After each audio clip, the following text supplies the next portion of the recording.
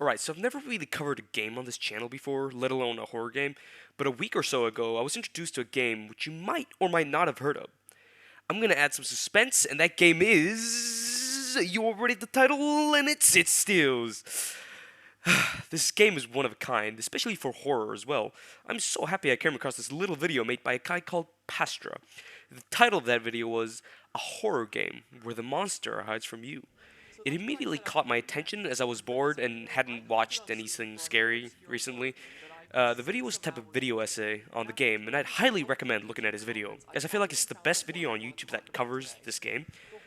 But I wanted to also give my thoughts and opinions while explaining the gameplay and its atmosphere. So yeah, basically I'm stealing the video, so...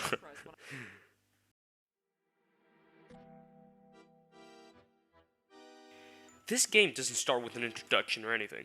You're pretty much immediately put into a maze, all alone, with no explanation to what your objective is. As you walk through the FNAF-esque tile floors, you'll notice something isn't right.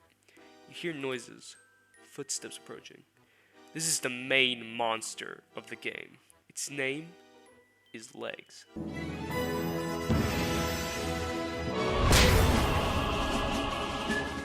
Legs will be the main threat for the first few modes in this game.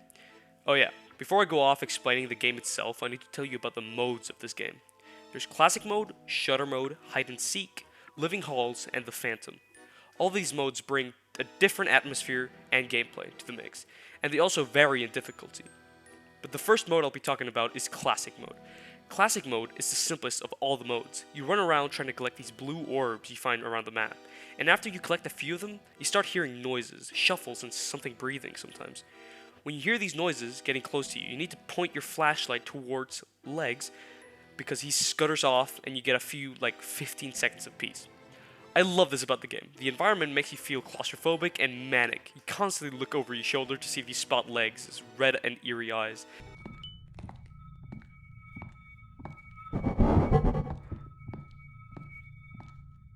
There's also a perfect amount of red covered on the walls to try and throw you off. You might be looking at some blood, or you might be staring into the monster that stalks the maze.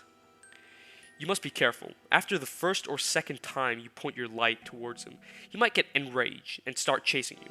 This is the part where you need to run as far as possible. I'm not gonna lie, the first time I played this, I shit my pants when the prompt to run appeared on my screen. I'm not a jumpy person by nature, but hell did it scare me the first time I played it. And I'm pretty sure after the second time you get him enraged, he will chase you until you're caught.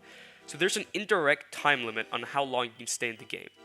After you've collected most of the orbs, it tells you that you actually need 200.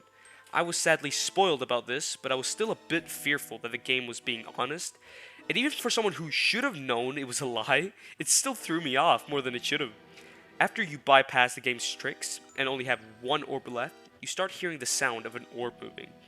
This will definitely make you second guess your actions, and it even cost me my first run in Classic Mode, as I thought I was home free, right?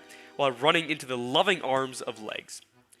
But after you've collected all 14 of the blue orbs, you wake up in a different place, a lot smaller but still familiar sight.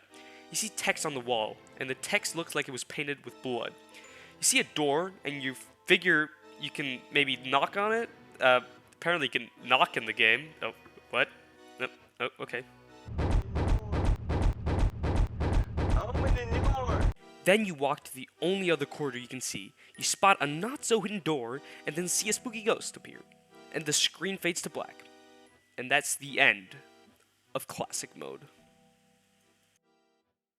Alright, so before I explain the second game mode, I want to add, if you haven't played this game yet, you should most definitely buy and play the game. The game is played best when you haven't seen much of it, so I wouldn't want to ruin anyone's experience. It's only $4 on Steam. It is worth your time and money. Alright, back to the video.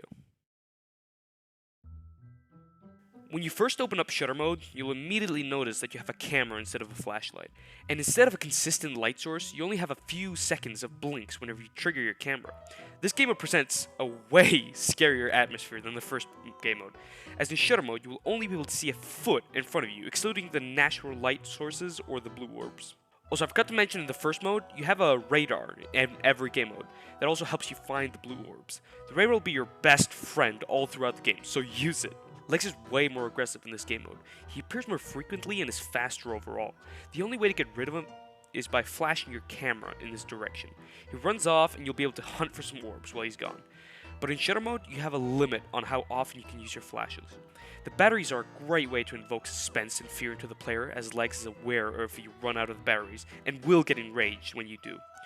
The only way to get some batteries back is by collecting the orbs. There's also a chase sequence in this mode, and it's a lot more dreadful than the classic mode's chase. After you're successfully flashed Legs a few times, he'll get enraged, but instead of chasing you at a running speed, he sprints at you as fast as he can. You'll have to turn around and flash him with your camera every time you hear him running towards you, or he will eventually catch you, because he's like way faster to opposed to in classic mode. And just like in classic mode, after you enrage him twice, he'll run after you until you're dead. So better collect those orbs quickly. This game mode specifically gives me so much dread because Legs could always be behind you without you knowing. And when it's breathing right on top of you, I get shivers down my spine. There are only 2 game modes that do this for me. And after playing this game about like 6 hours now, while they were scary in their own right, I'd say Shutter Mode and Living Halls gave me the most dread while recording this video. This, in my opinion, is the scariest game mode, as I've always feared pitch dark levels in games. Even though the community of this game usually say that Hide and Seek is the scariest game mode, I disagree and give that title to Shutter Mode. After you've collected all the orbs, you aren't transported somewhere else. Instead, you're given a cute little montage of pics you took of Legs. I love how this game can just, switch up from being a scary, dreadful experience to adding lighthearted goofiness in it as well. It's very nice. Very nice. This is 4K! How did they get you in 4K? Now, Hide and Seek is way different than the first 2 game modes. It doesn't have you flashing or looking at the monster to make it run away. No. In this game mode, you're it. You're the seeker. But unlike the actual game of Hide and Seek, ironically, you have to do your best not to find the monster. This monster is also different from Legs. They have features that resemble each other, but this monster has arms and a big red goofy smile. I don't know the name of this monster, as I don't even think it has an in-game name, so I'll just call it Hider for the sake of the video. The biggest difference of this game mode is that no one is chasing you, or following you, which is great. Well, not until you find him, at least. And he takes form of a bunch of pixels laying on the floor. You'll walk around and collect the same blue orbs you've collected in the past until you inevitably stumble on Hider. Hi, sisters! There's actually a way to not make him appear throughout the entire game, but I'll talk about that in a bit. After Hider finds you, you have to run and hide. In this game mode only, you can actually crouch and turn off your flashlight, so you'd be able to hide among the sea of boxes or miscellaneous objects around the map. This creates so much suspense, because you'll see him running past your hiding spot while making robotic noises, like inhumane noises, and having a very eerie red glow around itself. And it is, in my opinion, the second scariest game mode, not far behind from Shutter Mode. They both use the same elements of darkness and surprise, which are very effective towards me. And it is, in my opinion, the second most fun game mode as well, right behind the Phantom, as its RNG of where and when Hider appears is just fully RNG. That makes it one of the most replayable modes in the game. When you've found a nice spot to hide, you'll have 2 logical choices. Either hide until he walks past you, or walk while trying to avoid him whenever possible. Or the third option, and frankly a stupid option, just sit there and don't move. This is a bad idea, obviously, as the longer you stay in one area, he'll figure out your hiding spot. Also, you should absolutely never run after you found him. He will hear you across the map and bolt towards you with Sonic level speed. There's only one way to get rid of Hider. That's by intentionally getting caught. Yes, it will be scary and trigger a chase sequence, but if you manage to evade him by using the walls, boxes, or other objects, he'll eventually stop chasing you, and you'll be it again. But you should still be careful, as this usually happens later in the game when you found at least a few orbs, which means he'll spawn more frequently around the map. Now, the only way to make him never appear, is by being very careful with your camera movement. He doesn't get triggered until you're either very, very close to him, or you're looking in his general direction with a clear view. You have to walk slowly and carefully through corners to see if you can spot him. But if you use this tactic and you collect all the orbs except the last, he'll call you a cheater and come after you regardless if he's found you or not. After you've collected the orbs in this mode, you're transported into a small room. You see a door in front of you, and you most likely go to it. But then you hear something behind you. Hider, on the floor, but rising. He'll jump scare you, and that's the end of Hide and Seek mode.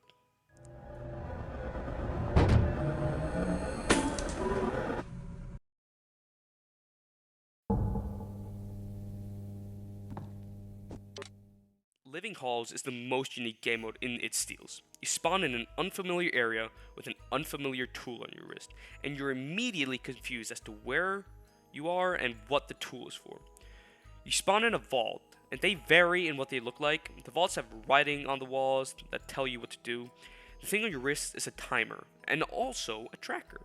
When you open the vault door, you also notice that this map looks way different than the first 3 modes. There seems to be some kind of wildlife infestation, like the maze has been left to rot for years. Your objective is the same as all the other levels: find all the blue orbs. When you walk for a bit, you might start hearing a beeping noise. The tool on your wrist tells you if you're close to one of the new monsters. They are walls, like living walls. They attack you by sneaking up on you when you're looking away, and running makes them hear your footsteps better. But the risk isn't as great as in the other modes, and if you press space, you can see the timer and a green glow around the tool. The more the tool blinks green, the closer one of the living walls is near you. While holding the tool up, you get a directional information of if the monsters are right in front of you or not. But when you put it down, it's only the beeping that can notify you how close they are to you. And when you see one moving, you just have to stare at it while backing up to a different hallway. They don't attack you if you have clear vision on them before they get enraged, so use that time to run. When the timer on your tool goes to 0, you have to hide in a vault. It's also better if you start searching for a vault when you only have about 30 seconds or less, and if you get caught in the open when the timer's out, the living walls will catch you no matter what. And after a few seconds of weird noises and lights blinking in the vault, you get the same amount of time back. One note though, you can only use one vault once. After you've used a specific vault, that vault will be powered down until the game ends. There are only 3 vaults in the game: Vault A, Vault B, and Vault C, and so you'll have to hurry. The vault doors are also shown on the radar map, so that's an easy way to finding them. And after you've gotten all the orbs in this mode, you'll have a few seconds of silence, followed by all the walls around the map coming to life and jumping at you. This mode, in my opinion, while being way different from the others, also offers a sort of confusing playstyle, as they give you a timer, but also tell you that you have to go slow so the monsters won't hear you. It's 2 clashing ideas that don't really mix well with each other, as if you go too slow, you'll die, but if you run, they'll be way more aggressive. So even though I don't think this game mode is bad by any means, I do think it's the weakest and least thought out mode in this game. The other modes just offer a more finalized idea of what their game mode was supposed to be. While this one will be hard to new players, not because it's difficult, but because it's a really confusing experience, and boring to more experienced players, as it can be cheesed hard. But in the end, it's still a mode I can enjoy every now and then. And also, it has the best looking map out of all the game modes. Like the Shutter mode and Classic mode, they have a really similar map style, which is just the maze, and then the boxes and objects in hide and seek mode. And even the Phantom, even though the Phantom is slightly different, it kind of looks the same as the others, except for this one. I really like how this map looks like. Not just like the grass, the leaves and everything, just the like style of it, the shape, the way it looks, like from the map perspective, from the radar perspective, is really good. So I'd say this has the best map. At least Living Halls has that. So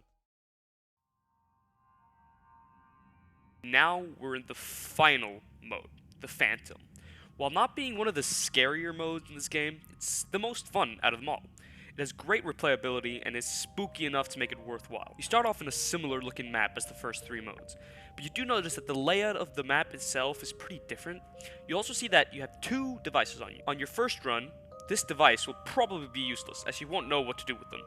But when you find out what they're used for, they will be your best friend, like the biggest help in Phantom mode. This game mode, you go around collecting the same blue orbs, but you also notice that you haven't actually seen the Phantom. Whenever it gets close to you, you start hearing objects flying around the room, almost like some spirit pushing around some objects. Oh wait, that's exactly what's happening! When you start hearing and seeing objects near you, you'll have to press space to hold your breath. It's the only way to hide from the Phantom, as even though you can't see him, he can't see you either. When he finds you, it'll appear as the same entity we saw at the end of Classic mode, and you have to run from it. And the only way to get away from it is by having one of your devices repel it. Back to the devices. These devices take around 10 seconds to activate, so try to activate them earlier in the match. But since you only have 2 of them, you must be careful not to get caught often, unless, you you want to die, which is just frankly stupid. This game mode is very tense in the sense that, unlike all the other modes, it's you who creates your own timer, as technically you can stay in the game forever if you don't get caught, and if you hold your breath too early, you know he won't leave the room in time, and that's just a great way to add suspense and tenseness into a horror game. After you've collected all the orbs in this game, you'll be transported to a new area, and there will be text on the screen saying don't look back. Walk for a bit and spot an exit door. You go to it thinking you're free, but then the exit sign falls, and you'll immediately notice that you have to go to the other way. You bolt to the other corridor, and you hear the phantom behind you. You run through objects after objects and fall down until you see a light. You try to run to it, but he catches you before you can escape. And that's how the phantom mode ends. The final mode.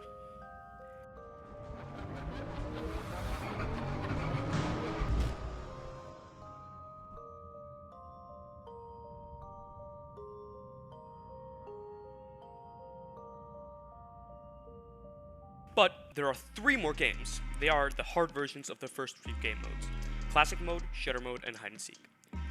I won't go too in depth in these 3 game modes, as they're essentially just hard versions of them, so I feel like it's kind of pointless. The first one is the Labyrinth. This is the hard version of Classic Mode. It's just a bigger maze, and there are like 40 orbs to collect this time. In the hard mode, you can like basically run all the time without any punishment, and when he gets enraged in this mode, everything will go dark, as it's really bright outside in this mode for some reason. And the walls may start to go upside down and shift. In the hard version of Shutter Mode, called Shutter Mode, I know, very clever, it's bright and you'll also be able to run around without consequence. Legs will appear way more often and is a lot faster than the original mode. When he gets enraged, he'll basically blink towards you, so you'll have to cover behind walls, because Legs is a lot faster when you're having clear vision of you. After you beat this mode, you get the same cute montage of pictures you took of Legs, but it's a bit more sinister and ends prematurely. The last and final mode, the Junkyard. The Junkyard takes place outside, and you have to find around 50 orbs this time. It's very easy to spot Hyder, so you can probably beat this mode without finding him even once. The only bad thing about being careful in this mode is that it'll take ages to get all the orbs. Sadly, there isn't a lot to say about these 3 hard modes, because they're just the hard versions of other modes, and they share mostly the same mechanics and features. I wish I could go more in depth into them, but they're basically just the same, so that's kind of just padding for the video, and I don't really want that. I've already been here for so long, please help me. But I'm happy to say that I enjoyed my time with all these game modes. Every single one of them I enjoyed. And I'm really happy that I got to play this game. So I even got all of the achievements in this game, and it was pretty fun. It was a pretty fun experience, except for this one, the death one. This one was, I just couldn't, man. It took so long. I don't understand what was wrong. And that concludes all my thoughts and opinions of this game. This video took me a long time to make, as I need to write and edit and rewrite a lot of stuff. So if you did enjoy the video, please consider either liking, subscribing, or just making it so that people can see this, because this took me so much work. And if this video gains any sort of traction, I might post a gameplay compilation of me playing the game, or just making videos about other games, as I really, really enjoy this form of content. Thanks for watching the video, and see you next time. Bye, guys.